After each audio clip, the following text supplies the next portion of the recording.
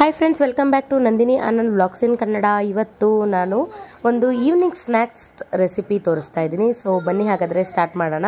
So ಇದಕ್ಕೆ ಇಲ್ಲಿ ನಾನು ಬಂದು 3 ಈರುಳ್ಳಿ ತೊಗೊಂಡಿದ್ದೀನಿ. ಸೊ 3 ಈರುಳ್ಳಿನ ಸಣ್ಣ ಸಣ್ಣದಾಗಿ ಕಟ್ ಮಾಡಿಕೊಂಡು ಹಾಕ್ಕೊಂಡಿದ್ದೀನಿ. ಸೊ ಸಣ್ಣ ಸಣ್ಣದಾಗಿ ಕಟ್ ಮಾಡಿ ಅದನ್ನು ಒಂದ್ಸಲಿ ಎಲ್ಲ ಬಿಡಿಸ್ಕೊಳ್ಬೇಕು. ಅಂದರೆ ಒಂದ್ಸಲಿ ಕಲಸಿ ನೀಟಾಗಿ. ಸೊ ಅದೇನಾಗುತ್ತೆ, ಸ್ವಲ್ಪ ಉದುರಾಗಿ ಆಗುತ್ತೆ. ಸೊ ಹೇಗೆ ಅಂತ ಹೇಳಿದ್ರೆ ಫುಲ್ ಎಲ್ಲ ಕಲಿಸ್ತಾ ಇದ್ರೆ ಫುಲ್ ಒಂದೊಂದೇ ಸಪ್ರೇಟ್ ಆಗುತ್ತೆ. ಸೊ ಆ ಥರ. ಸೊ ನೋಡಿ, ಈ ಥರ ಫೈನಲಿ ಈ ಥರ ಎಲ್ಲ ಫುಲ್ಲು ಉದ್ರಾಗಿ ಕಲಿಸ್ಕೊಂಡಿದ್ದೀನಿ.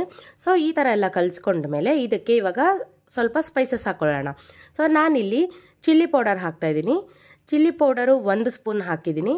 ಹಾಗೆ 1 ಸ್ಪೂನಷ್ಟು ಧನಿಯಾ ಪೌಡರ್ ಹಾಕಿದ್ದೀನಿ. ಸೊ ಹಾಗೆ ಒಂದು 1/4 ಸ್ಪೂನಷ್ಟು ಅರಿಶಿನ ಪುಡಿ, ಹಾಗೆ ಒಂದು 4ರಿಂದ 5 ಸ್ಪೂನಷ್ಟು ಕಡಲೆ ಹಿಟ್ಟು ಹಾಕ್ತಾ ಇದ್ದೀನಿ. ಸೊ ಕಡಲೆ ಹಿಟ್ಟು ಬರೀ 4ರಿಂದ 5 ಸ್ಪೂನ್ ಮಾತ್ರ ಅಲ್ಲ, ಇನ್ ಕೇಸ್ ಏನಾದ್ರು ನಿಮಗೆ ಸ್ವಲ್ಪ ಕಡಿಮೆ ಆಯಿತು ಅಂತ ಹೇಳಿದ್ರೆ ಎಕ್ಸ್ಟ್ರಾ ಬೇಕಂದ್ರೂ ಹಾಕ್ಕೊಳ್ಬೋದು. ಸೊ ನಾನಿಲ್ಲಿ 4ರಿಂದ 5 ಸ್ಪೂನಷ್ಟು ಕಡಲೆ ಹಿಟ್ಟನ್ನ ಹಾಕ್ಕೊಂಡಿದ್ದೀನಿ. ಹಾಗೆ ಇಲ್ಲಿ ನಾನು 1.5 ಸ್ಪೂನಷ್ಟು ಉಪ್ಪು ಹಾಕ್ಕೊಂಡಿದ್ದೀನಿ. ನಿಮಗೆ ರುಚಿಗೆ ತಕ್ಕಷ್ಟು ಉಪ್ಪು ಹಾಕ್ಕೊಳ್ಳಿ. ಅಂದರೆ ನೀವು ಎಷ್ಟು ಕ್ವಾಂಟಿಟಿ ತೊಗೊಂಡಿರ್ತೀರೋ ಅದ್ರ ಮೇಲೆ ಸಾಲ್ಟ್ ಹಾಕ್ಕೊಳ್ಬೇಕು. ಸೊ ನಾನಿಲ್ಲಿ 1.5 ಸ್ಪೂನಷ್ಟು ಉಪ್ಪು ಹಾಕ್ಕೊಂಡಿದ್ದೀನಿ. ಹಾಗೆ 1 ಇಡಿಯಷ್ಟು ಕರಿಬೇವು ಹಾಕ್ತಾಯಿದ್ದೀನಿ. ಯಾಕೆಂದರೆ ಇದಕ್ಕೆ ಟೇಸ್ಟ್ ಕೊಡೋದೇ ಕರಿಬೇವು. ಹಾಗೆ ಬೇಕಿದ್ರೆ ನೀವು ನಾನು ಧನಿಯಾ ಪುಡಿ ಹಾಕ್ಕೊಂಡೆ ಗೊತ್ತಾ, ಅದ್ರ ಜೊತೆಗೆ ಕೊತ್ತಂಬರಿ ಬೀಜ ಬರುತ್ತೆ ಗೊತ್ತಾ, ಧನಿಯಾ ಕಾಳು, ಅದನ್ನು ಕೂಡ ಹಾಕ್ಕೊಳ್ಬೋದು. ಅದು ಕೂಡ ಇನ್ನೂ ಟೇಸ್ಟ್ ಚೆನ್ನಾಗಿ ಬರುತ್ತೆ. ಸೊ ಇದನ್ನೆಲ್ಲ ಹಾಕ್ಕೊಂಡು 1 ರೌಂಡು ಕೈಯಲ್ಲಿ ಹಾಗೆ ಮಿಕ್ಸ್ ಮಾಡ್ಕೊಳ್ಬೇಕು. ಯಾವುದೇ ಕಾರಣಕ್ಕೂ ನೀರು ಹಾಕ್ಕೊಳ್ಬೇಡಿ. ಫಸ್ಟು ನೀರು ಹಾಕ್ಕೊಳ್ದಿರಾ ಹಾಗೆ ಫಸ್ಟ್ ಕೈಯಲ್ಲಿ ಚೆನ್ನಾಗಿ ಮಿಕ್ಸ್ ಮಾಡ್ಕೊಳ್ಳಿ. ಸೊ ಚೆನ್ನಾಗಿ ಮಿಕ್ಸ್ ಮಾಡಿ ಸ್ವಲ್ಪನೇ ನೀರು ಹಾಕ್ಬಿಟ್ಟು ಸ್ವಲ್ಪ ಗಟ್ಟಿಗೆ ತಿಕ್ಕಾಗಿರೋ ಥರ ಚೆನ್ನಾಗಿ ಮಿಕ್ಸ್ ಮಾಡ್ಕೊಳ್ಳಿ. ಸೊ ಇವಾಗ ನೋಡಿ, ನಾನಿಲ್ಲಿ ಅರ್ಧ ಗ್ಲಾಸಷ್ಟು ನೀರು ಯೂಸ್ ಮಾಡಿದ್ದೀನಿ ಅಷ್ಟೇನೆ. ಸೊ ಒಂದು 2 ನಿಮಿಷ ಬಿಟ್ಟು ಇವಾಗ ಎಣ್ಣೆ ಕಾಯಕ್ಕೆ ಇಟ್ಟಿದ್ದೀನಿ. ಸೊ ಎಣ್ಣೆ ಬಂದು ಜಾಸ್ತಿ ಬಿಸಿ ಆಗಿರಬೇಕು, ಮತ್ತು ಹಿಟ್ಟು ಚೆನ್ನಾಗಿ ಹದವಾಗಿ ಸ್ವಲ್ಪ ಗಟ್ಟಿಯಾಗಿ ಇರಬೇಕು ಹಿಟ್ಟು. ಆವಾಗಲೇ ಪಕೋಡ ತುಂಬ ಚೆನ್ನಾಗಿ ಬರೋದು. ತುಂಬ ತೆಳ್ಳನೂ ಇರಬಾರ್ದು, ತುಂಬ ಹೆವಿ ಗಟ್ಟಿನೂ ಇರಬಾರ್ದು. ಸೊ ಮೀಡಿಯಮ್ ಆಗಿ ಹಾಕಿದ ತಕ್ಷಣ ಪಕೋಡ ಥರ ಕೂರೋ ಅಷ್ಟು ಇರಬೇಕು. ಸೊ ಇವಾಗ ನೋಡಿ, ಎಣ್ಣೆ ತುಂಬ ಚೆನ್ನಾಗಿ ಕಾದಿದೆ. ಇವಾಗ ಪಕೋಡ ಹಾಕ್ತೀನಿ. ಎಣ್ಣೆ ತುಂಬ ಬಿಸಿ ಇರುತ್ತೆ. ಫಸ್ಟ್ ಟೈಮ್ ಹಾಕ್ತಾ ಇರೋರು ನೋಡ್ಕೊಂಡು ಹಾಕಿ, ಸ್ವಲ್ಪ ದೂರದಿಂದನೇ ಹಾಕ್ತಾಯಿರಿ, ಕೈಗೇನು ಎಗರಲ್ಲ ಅದು.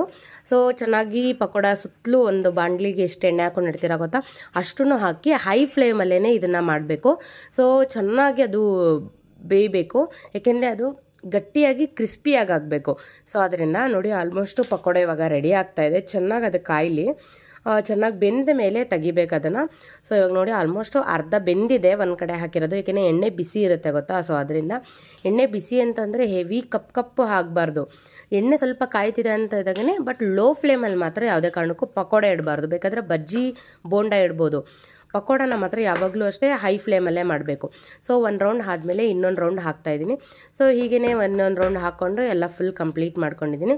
ಸೊ ಫೈನಲಾಗಿ ಬಿಸಿ ಆಗಿರೋಂಥ ಪಕೋಡ ರೆಡಿಯಾಗಿದೆ. ಈವ್ನಿಂಗ್ ಸ್ನ್ಯಾಕ್ಸ್ ಟೈಮ್ ಆಗಿ ಬಿಸಿ ಪಕೋಡ ತಿಂತಾಯಿದ್ರೆ ಸಖತ್ತಾಗಿರುತ್ತೆ. ನೋಡಿ ಎಷ್ಟು ಕ್ರಿಸ್ಪಿ ಆಗಿರುತ್ತೆ ಅಂತ.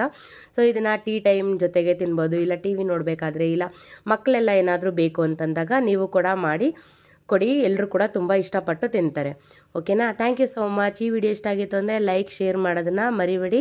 ಹಾಗೆ ಕಮೆಂಟ್ ಮಾಡೋದನ್ನು ಮರಿಬೇಡಿ. Thank you so much. Thanks for watching. Bye.